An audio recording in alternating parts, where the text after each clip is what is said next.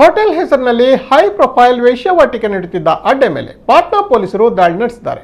ಈ ಸಂದರ್ಭ 16 ಜನರನ್ನ ಪೊಲೀಸರು ವಶಕ್ಕೆ ಪಡೆದುಕೊಂಡಿದ್ದು, ಇದರಲ್ಲಿ 8 ಜನ ಮಹಿಳೆಯರು ಸೇರಿಕೊಂಡಿದ್ದಾರೆ. ಪಾಟ್ನಾದಲ್ಲಿಯ ಗರ್ದಾನಾಬಾಗಿ ಇಲಾಖೆಯ ಹೋಟೆಲ್ ಮೇಲೆ ವಿಶೇಷ ಪೊಲೀಸ್ ದಳ ದಾಳಿ ನಡೆಸಿದೆ.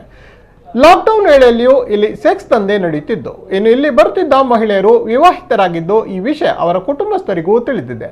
ಎಲ್ಲಾ ವ್ಯವಹಾರಗಳು ವಾಟ್ಸಪ್ ಮೂಲಕವೇ ನಡೆಯುತ್ತಿತ್ತು. ಗ್ರಾಹಕರಿಗೆ ವಾಟ್ಸಪ್ನಲ್ಲಿಯೇ ಫೋಟೋ ತೋರಿಸಿ ಬೆಲೆ ನಿಗದಿ ಮಾಡಿ ಹೋಟೆಲ್ಗೆ ಕರೆತರಲಾಗುತ್ತಿತ್ತು.